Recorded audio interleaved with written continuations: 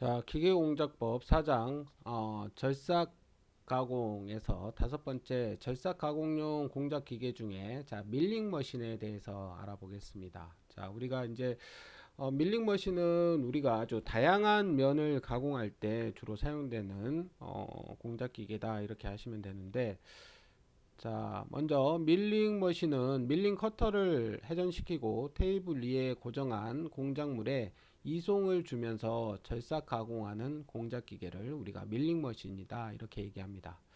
자, 우리가 이제 선반을 전에 우리가 봤었는데, 선반은 공작물이 회전하고 공구 바이트는 우리가 공구대에 이렇게 고정시켜서 우리가 공작물이 회전해서 가공하는 이러한 기구인데 반해서 밀링 머신은 우리가 공작물은 테이블에 고정해 놓고 공구 그러니까 우리가 밀링 커터를 회전시켜서 우리가 제품을 이렇게 가공하는 공작물을 가공하는 기계라고 생각하시면 됩니다. 그래서 우리가 이렇게 공구를 가공해서 우리가 제품을 가공하는 형태이기 때문에 우리가 다양한 형상의 어떤 가공에 사용할 수 있는 공작 기계다 이렇게 아시면 되겠습니다. 그래서 자, 우리가 이제 수평 밀링 가공이 있는데, 수평 밀링 가공으로 할 수 있는 가공의 종류를 보시면, 자, 우리가 여기에 있는 이러한 주축에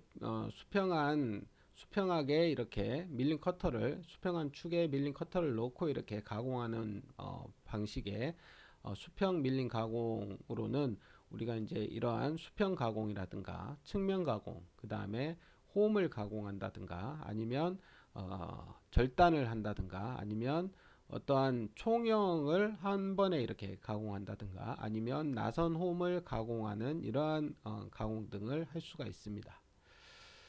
자, 그리고 우리가 수직 밀링 가공은 우리가 주축이 요 위에 있어서 이렇게 밀링 커터가 이렇게 회전하는 방식인데, 이러한 어, 밀링 커터가 위에 이렇게 수직으로 이렇게 붙게 되는 수직 밀링 가공으로 할 수 있는 가공은 우리가 정면 가공한다든가 아니면 우리가 엔드밀 같은 걸 이용해서 어떠한 공작물의 측면을 가공한다든가 또 외부에 윤곽을 이렇게 가공한다든가 아니면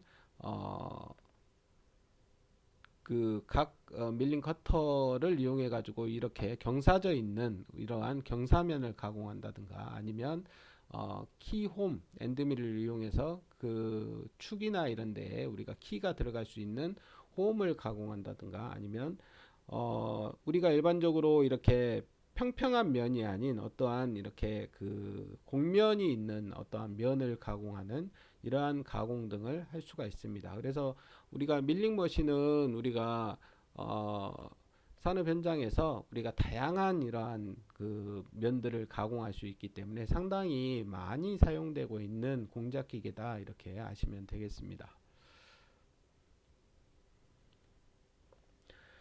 자, 수평 밀링 머신의 구조가 나와 있는데, 여기 암이 있고, 여기 이제 아보라는 게 있는데, 이 아보에 이제, 우리 그 밀링 커터가 이렇게 장착이 되게 됩니다. 그래서 이 테이블 위에 우리가 공작물을 이렇게 올려놓고, 이렇게 가공하는 이러한 형태의, 기계를 우리가 수평 밀링 머신이다. 이렇게 생각하시면 되겠습니다. 그래서 일반적으로 우리가 표준형 밀림 머신의 크기 표시 방법은 우리가 테이블의 최대 이송 거리를 우리가 밀링 머신의 우리가 크기로 이렇게 나타냅니다. 그래서 테이블의 최대 이송 거리가 얼마냐 이걸로 해서 우리가 밀링 머신이 얼만큼 크냐 이걸 우리가 알 수가 있습니다. 그래서 밀링 머신의 크기는 테이블의 최대 이송 거리로 나타내고 있다. 그래서 크기에 따라서 우리가 번호를 붙여서 그 크기로 사용하고 있다. 그래서 밀링 머신이 우리가 이제 산업 현장에서 보면 우리가 밀링 머신이 있다 그러면 몇 옥이냐 이렇게 물어봅니다. 그래서 뭐 3옥이다, 4옥이다, 6옥이다 이렇게 하면 이게 이제 커지면 커질수록 우리가 이제 큰 밀링 머신이다 이렇게 생각하시면 되겠습니다.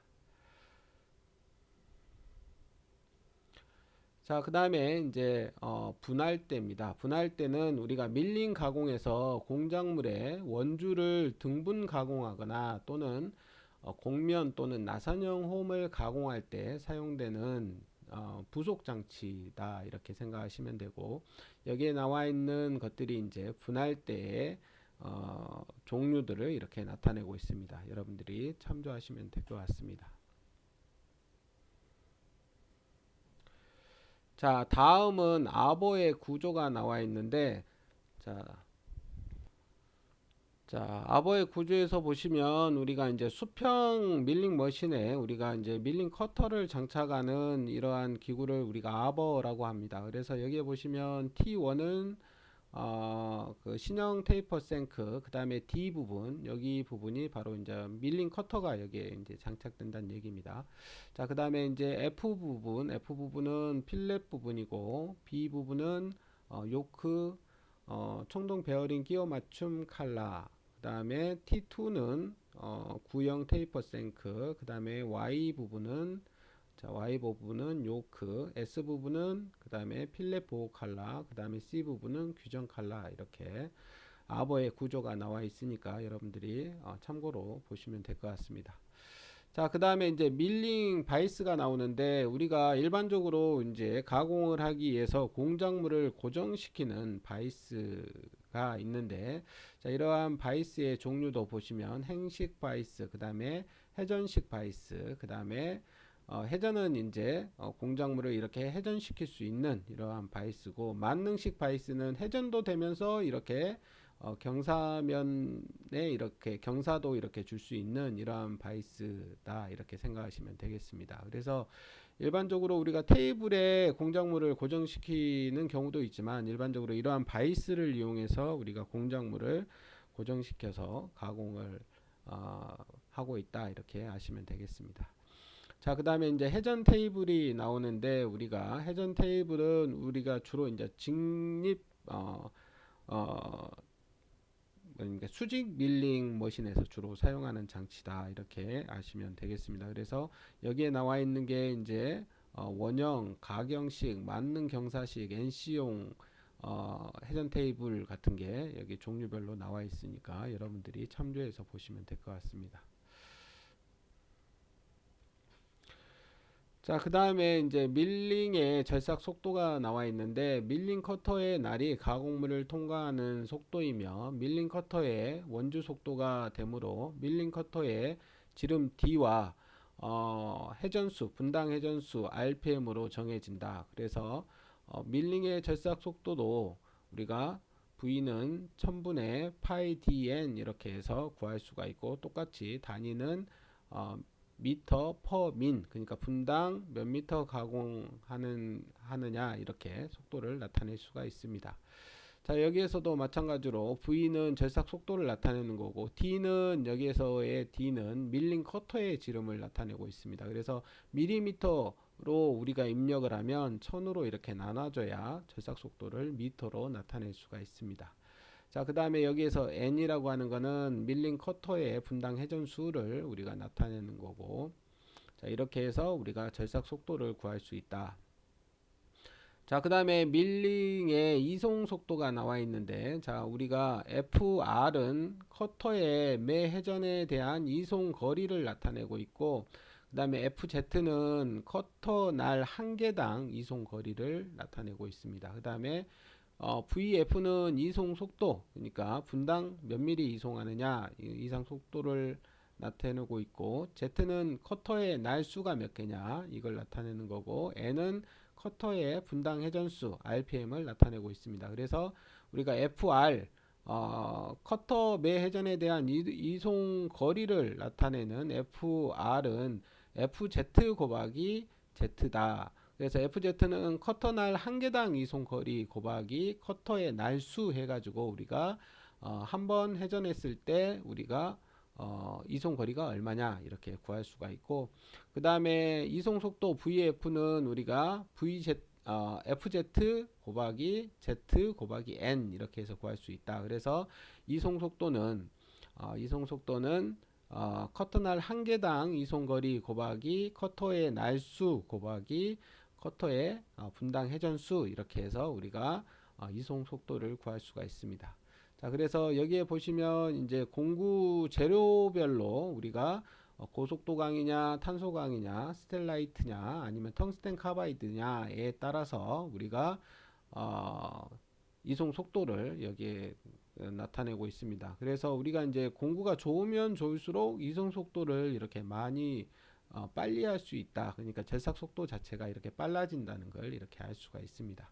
그래서 각각의 재료에 따라서 우리가 공구별로 이송 속도, 적당한 이송 속도가 표에 나와 있으니까 여러분들이 참조해 보시면 될 것 같습니다.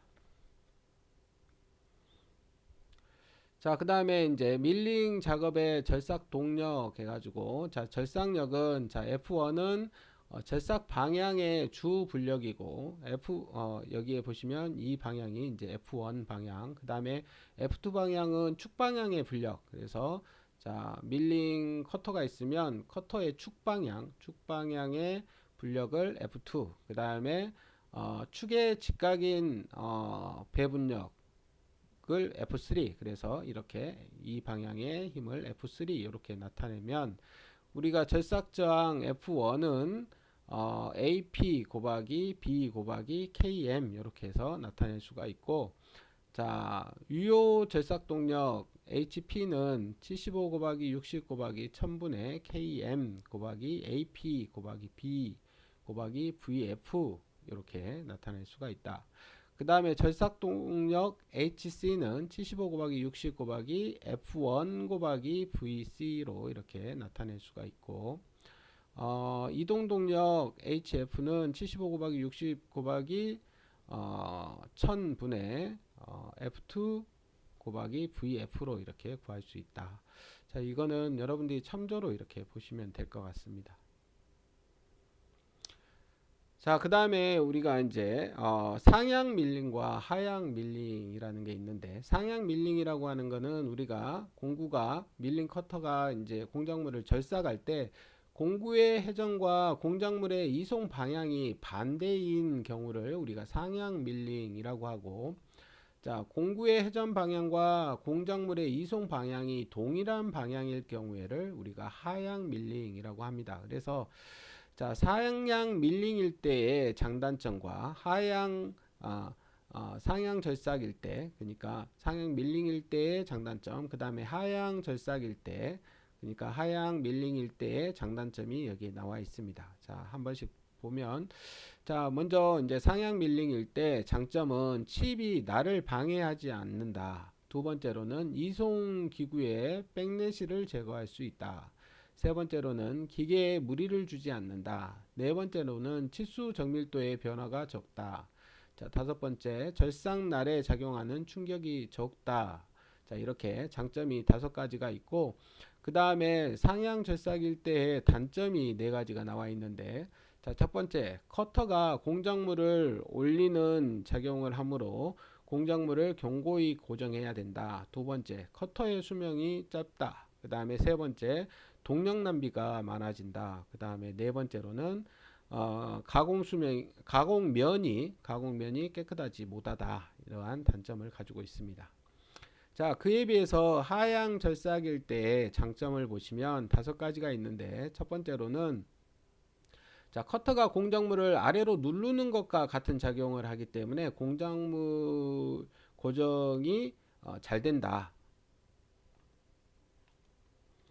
자, 두 번째는 커터 마모가 적다. 그 다음에 세 번째는 가공면이 깨끗하다. 그 다음에 네 번째로는 대량 생산에 유리하고 절삭량을 크게 할 수 있다. 그 다음에 다섯 번째로 절삭 방향과 이송 방향이 같아서 날 자리의 간격이 짧다.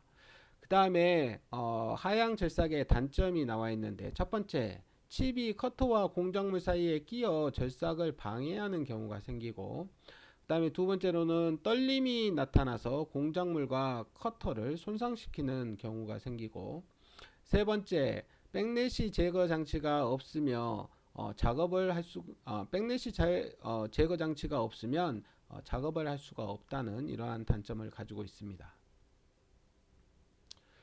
자, 그 다음에 우리가 이제 상향 밀링과 하향 밀링에 대해서 좀 더 알아보도록 하겠습니다. 자, 상향 밀링은 우리가 공구가 절삭할 때 공작물을 절삭하는 자, 우리가 방금 전에 이제 떨림 현상이 발생되는 경우가 있다 그랬는데 이러한 떨림 현상을 우리가 채터 진동이라고 합니다. 그래서 공작물을 절삭 가공하는 경우에 발생되는 이러한 진동을 우리가 채터 진동이라고 하는데 이러한 채터 진동의 원인으로 이렇게 나오는 것들이 기계의 강성이나 그 다음에 공구의 정밀도, 그 다음에 공작물의 고정 방법, 그 다음에 절삭 조건, 그 다음에 공구와 테이블 사이의 진동 등이 이러한 채터 진동의 원인이 되고, 그 다음에 이러한 채터 진동이 발생되게 되면 어떻게 되냐면 가공물의 표면 거칠기가 악화되고 공구의 수명이 단축되고 생산 능률이 저하되는 이러한 결과를 초래하게 됩니다. 자, 그 다음에 이제 공작물의 고정에는 우리가 이제 바이스에 의해서 이렇게 공작물을 고정하는 경우가 있고, 테이블에 직접 공작물을 고정하는 경우, 그 다음에 앵글 플레이트의 테이블에 고정하는 이러한 방법 등이 있습니다. 자, 여기까지 해서 우리가 밀링 가공에 대해서 마치겠습니다.